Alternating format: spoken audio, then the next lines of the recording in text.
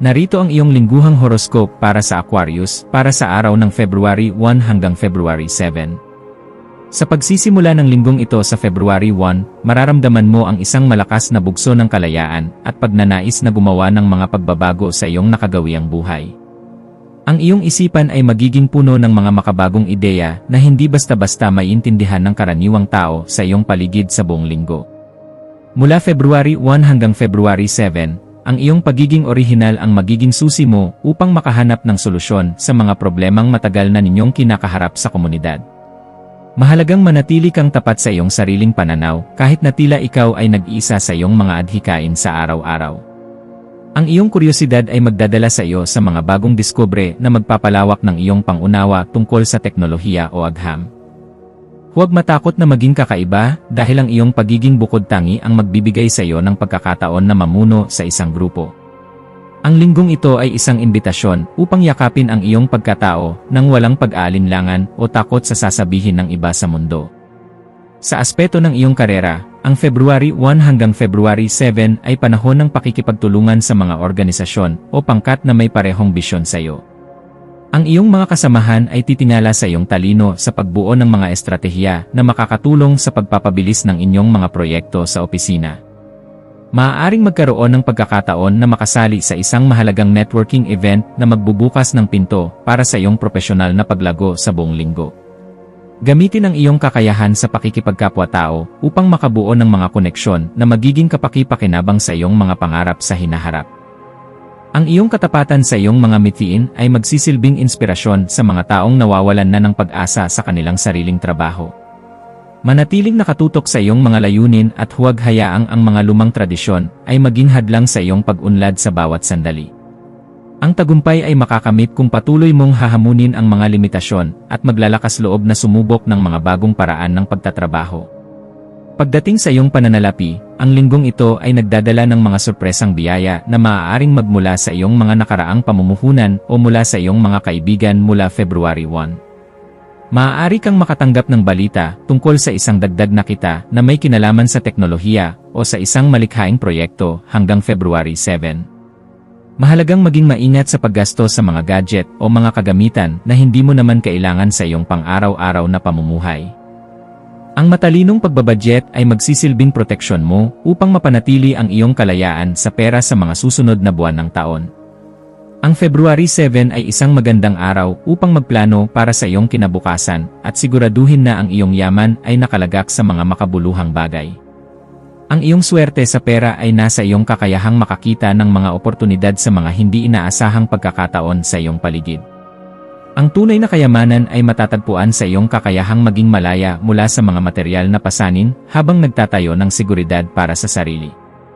Sa larangan ng pag-ibig, ang February 1 hanggang February 7 ay panahon ng malalim na pagkakaibigan na maaaring mauwi sa isang romantikong relasyon para sa ilan.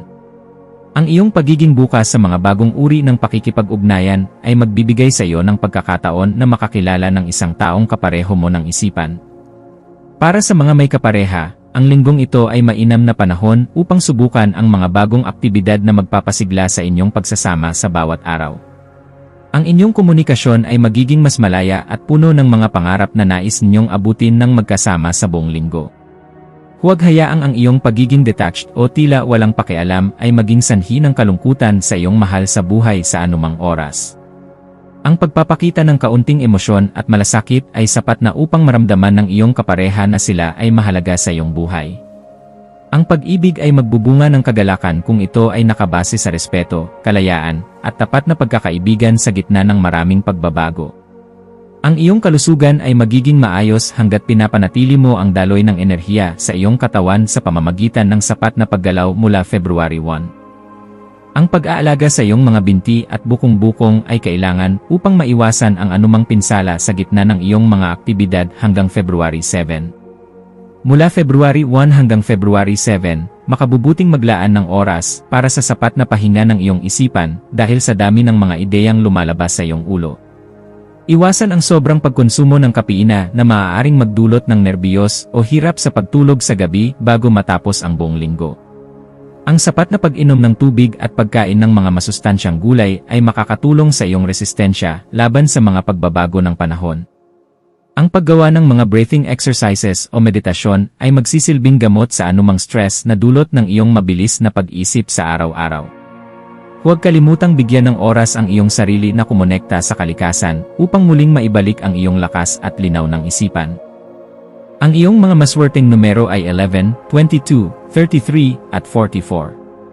Para sa iyong maswerteng kulay, ang asul na kuryente at pilak ay magdadala ng inspirasyon at proteksyon sa iyong aura sa buong linggo ng February 1. Ang dapat mong gawin ay makilahok sa mga gawaing panlipunan na naglalayong makatulong sa nakararami upang mapalago ang iyong espiritu hanggang February 7.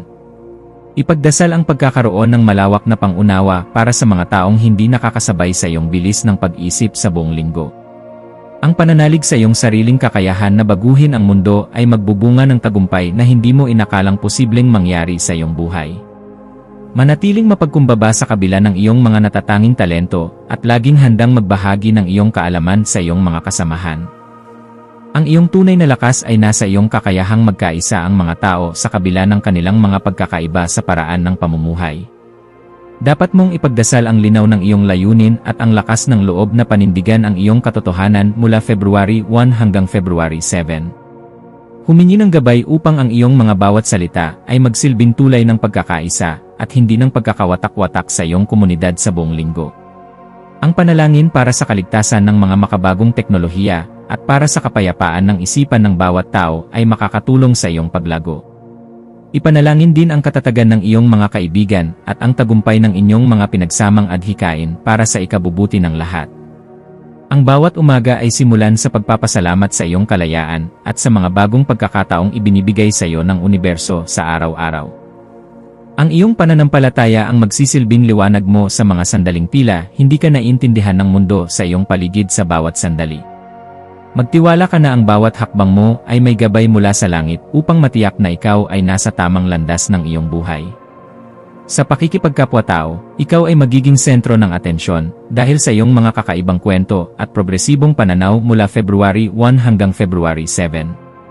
Ang iyong katapatan sa iyong mga kaibigan ay lalong magpapatibay sa inyong samahan at magdadala ng mga bagong koneksyon sa buong linggo. Maging maingat sa pagbibigay ng opinyon na maaaring magmukhang pagdidikta sa buhay ng iba upang maiwasan ang mga hindi kinakailangang gulo. Ang iyong pakikisalamuha sa mga taong may iba't ibang pinagmulan ay magbibigay sa iyo ng mga bagong perspektibo na magagamit mo sa iyong mga proyekto. Ang pagpapakita ng tunay na pagmamalasakit sa kapakanan ng nakararami ay magpapaangat sa iyong dignidad bilang isang tapat na lider sa lipunan. Manatiling tapat sa iyong mga prinsipyo habang pinapalawak mo ang iyong circle of friends na makakatulong sa iyong paglalakbay sa mundo.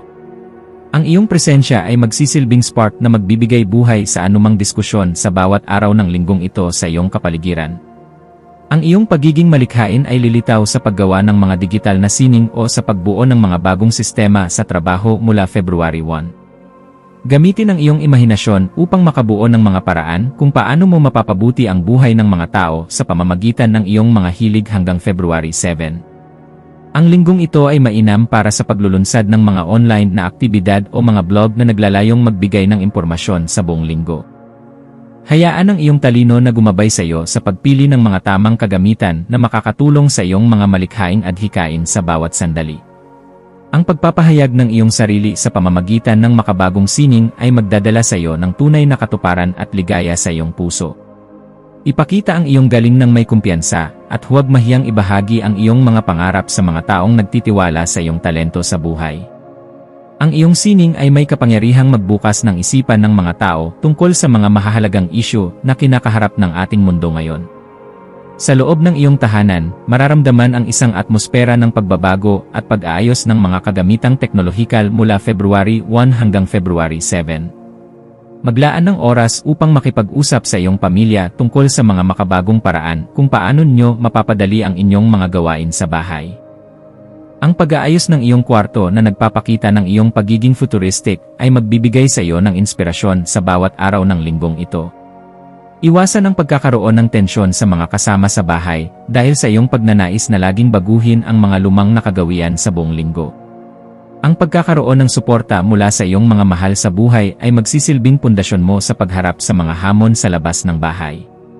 Ang iyong tahanan ay dapat maging laboratorio ng iyong mga ideya kung saan malaya kang mag-eksperimento nang walang anumang panghuhusga sa iyong sarili.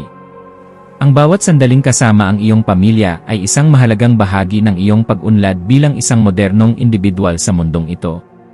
Sa emosyonal na antas, makakaranas ka ng matinding kagaanan kapag naramdaman mong ikaw ay malaya sa mga ekspektasyon ng ibang tao mula February 1. Mahalagang pakawalan ang mga takot na baka ikaw ay mapag-iwanan at magtiwala sa iyong sariling timeline sa buong linggo hanggang February 7. Ang iyong emosyon ay magiging matatag, kaya gamitin ito upang magbigay ng inspirasyon sa iyong sarili at sa ibang tao sa paligid sa araw-araw. Ang February 7 ay panahon ng pagdiriwang sa iyong mga natatanging tagumpay na nakamit mo dahil sa iyong pagiging tapat sa iyong sarili. Ang pagtanggap sa iyong mga pagkakamali bilang bahagi ng iyong eksperimento sa buhay ay magbibigay sa iyo ng karunungan na kailangan mo. Manatiling matatag sa iyong paniniwala na ang bawat hamon ay isang pagkakataon upang muling likhain ang iyong pagkatao sa paraang mas mabuti. Ang kapayapaan ng puso ay makakamit kung matututo kang yakapin ang kawalan ng katiyakan bilang bahagi ng iyong dakilang pakikipagsapalaran sa mundo. Ang espiritualidad ay magiging malakas na sandigan mo habang hinahanap mo ang iyong koneksyon sa universo at sa sangkatauhan mula February 1. Ang paglalaan ng oras para sa pagmuni-muni tungkol sa hinaharap ay magbubukas ng iyong isipan sa mga mensahe ng iyong mga gabay hanggang February 7. Maniwala ka na ang bawat pagkakataon ay isang hakbang patungo sa katuparan ng iyong misyon na magdala ng pagbabago sa buong linggo. Ang iyong pananalig ay magsisilbing lakas mo sa gitna ng mabilis na takbo ng mga pangyayari sa iyong teknolohikal na kapaligiran sa araw-araw. Ipagpatuloy ang pagiging mapagbigay sa iyong espiritual na enerhiya sa pamamagitan ng pagdarasal para sa ikabubuti ng lahat ng nilalang sa mundo. Ang iyong koneksyon sa banal na gabay ay magpapatatag sa iyong kalooban sa bawat araw ng iyong buhay ng may sapat na pasasalamat sa langit. Ang tunay na espiritualidad ay nasa iyong tapat na pagsisilbi sa mga ideal na makakatulong sa pag-angat ng buhay ng bawat tao sa paligid.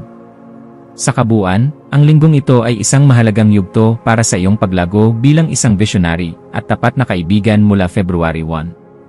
Ang bawat karanasan mo hanggang February 7 ay may kaakibat na aral na dapat mong pahalagahan ng buong puso sa bawat sandali ng buhay.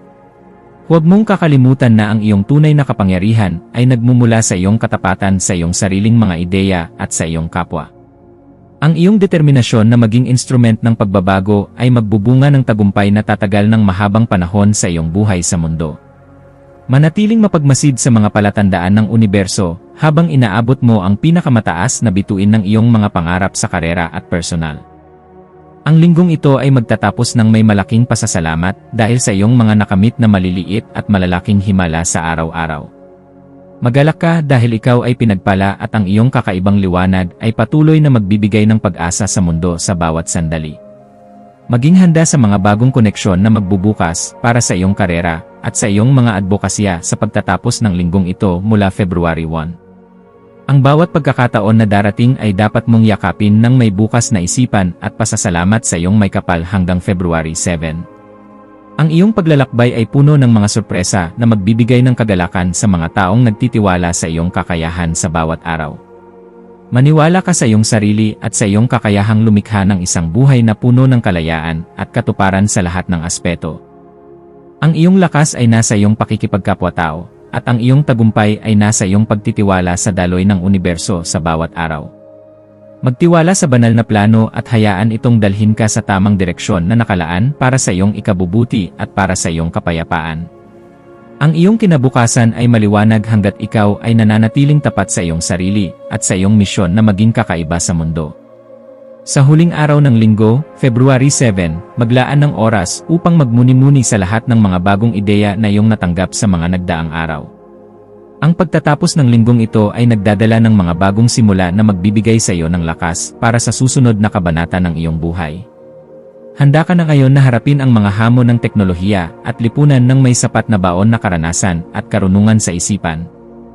Ang iyong pagiging Aquarius ay isang regalo na nagbibigay sa iyo ng kakayahang makita ang hinaharap sa bawat sitwasyon ng iyong buhay ngayon. Manatiling maging inspirasyon sa iba at huwag mapagod sa paghahanap ng mga makabagong paraan para sa ikabubuti ng lahat sa universo. Ang iyong buhay ay isang mahalagang bahagi ng kasaysayan, at ang iyong bawat kilos ay may saysay para sa ikagaganda ng lahat ng nilalang. Magtiwala ka sa iyong sarili at patuloy na magbigay ng liwanag sa lahat ng taong makakasalamuha mo sa iyong paglalakbay sa mundo.